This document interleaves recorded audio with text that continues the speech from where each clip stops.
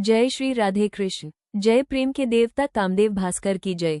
प्रिय भक्तों, आप सभी का इस दिव्य कथा में हृदय से स्वागत है।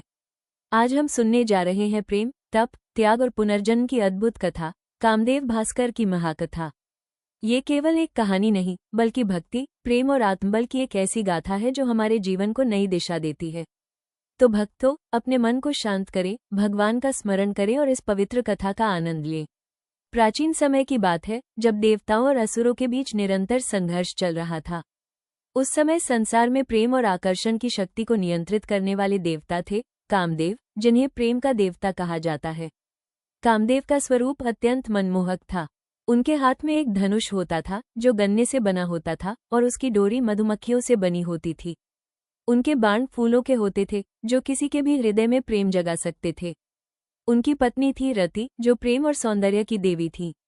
दोनों का जीवन आनंद और प्रेम से भरा हुआ था। एक समय ऐसा आया जब भगवान शिव गहरे तप में लीन हो गए। उनका ध्यान इतना गहरा था कि वे संसार से पूरी तरह अलग हो गए थे। उसी समय एक असुर तारकासुर ने अत्याचार करना शुरू कर दिया।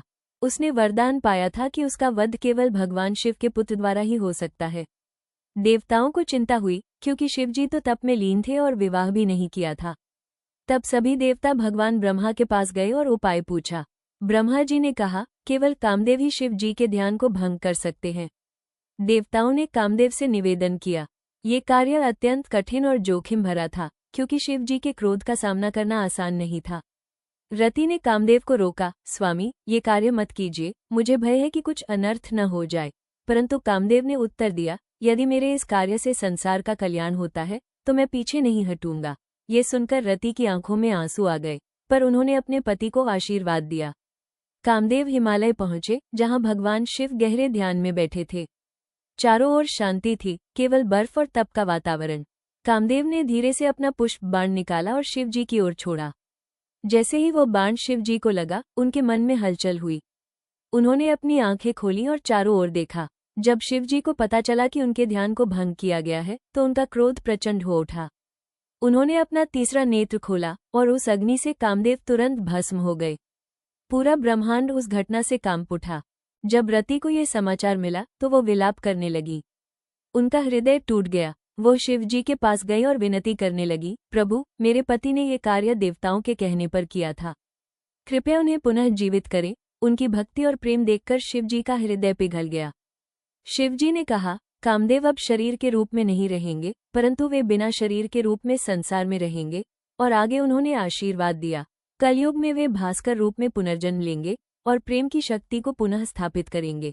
इसी रूप को भक्त कामदेव भास्कर के नाम से जानते हैं। समय बीता और कलयुग में एक तेजस्वी बालक का जन्म हुआ, जिसका नाम था भास्कर। बचपन से ही उसमें अद्भुत आकर्षण और करुणा थी। जो भी उसे देखता, उसके प्रति प्रेम महसूस करता। धीरे धीरे उसे अपने पूर्व जन्म की स्मृतियां आने लगी। उसने समझ लिया कि वो स्वयं कामदेव का अवतार है। भास्कर ने लोगों को सिखाया, सच्चा प्रेम केवल आकर्षण नहीं, बल्कि त्याग, समर्पण और भक्ति है। उन्होंने लोगों को ईश्वर से प्रेम करना सिखाया और बताया कि भक्ति ही सबसे बड़ा प्रेम है। जहां जहां भास्कर गए, वहां लोगों के जीवन बदल गए। क्रोध शांत हुआ, द्वेष मिटा और प्रेम का संचार हुआ। लोग उन्हें भगवान का अवतार मानने लगे। भक्तों, इस कथा से हमें ये सीख मिलती है कि प्रेम सबसे बड़ी शक्ति है। त्याग और समर्पण से ही सच्चा प्रेम मिलता है। भगवान की भक्ति ही सर्वोच्च प्रेम है। जय श्री राधे कृष्ण। जय कामदेव भास्कर की जय। भक्तों, यदि आपको ये दिव्य कथा पसंद आई हो, यदि आपके हृदय में भक्ति और प्रेम का संचार हुआ हो, तो इस कथा को अपने सभी भक्त मित्रों और परिवारजनों के साथ अवश्य साझा करें। लाइक करें, शेयर करें और सब्सक्राइब करना न भूलें, ताकि आप ऐसी ही और दिव्य कथाओं का आनंद लेते रहें और अपने जीवन को भक्ति के मार्ग पर आगे बढ़ाते रहें। अंत में बस यही प्रार्थना, भगवान कामदेव भास्कर आपकी सभी मनोकामनाएं पूर्ण करें और आपके जीवन में प्रेम और सुख भर दें। हरि बोल। राधे राधे।